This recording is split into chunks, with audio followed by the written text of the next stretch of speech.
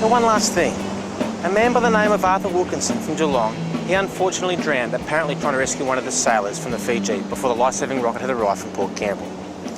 The last man who left the ship was the captain, who told everybody that Wilkinson was well and truly dead. But the following day, when Wilkinson's body was washed up onto the beach, badly eaten by sharks and torn by the sharp rocks, in his clenched fist he was holding matchsticks and straw, and it was thought that when the ship broke up, when Mr. Wilkinson's body was washed into the water, he was still alive.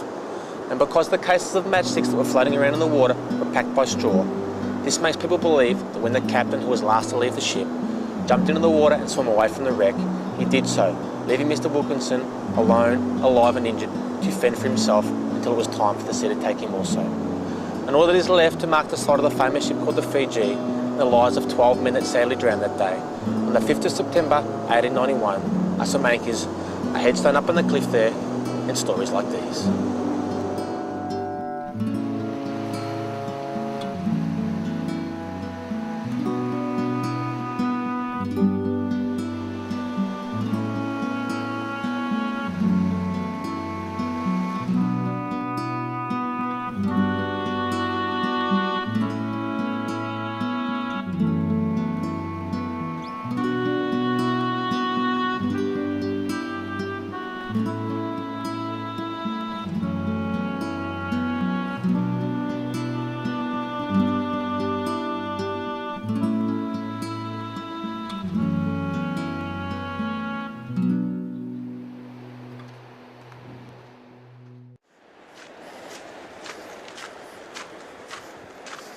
Righto.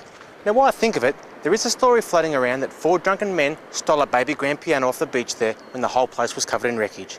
And for years it was used to entertain locals and guests in a nearby hotel. Now I don't know if that was true or not, but can you imagine lugging a grand piano up the cliff here? I'd have to be fully mad.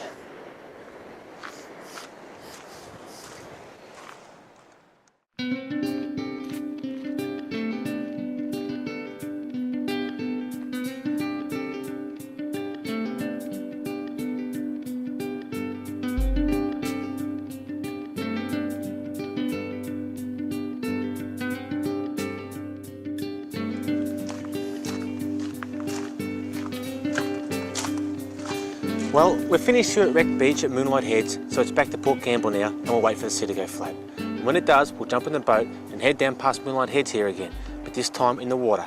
We'll take a look at the seal cave and the cliffs from a completely different angle.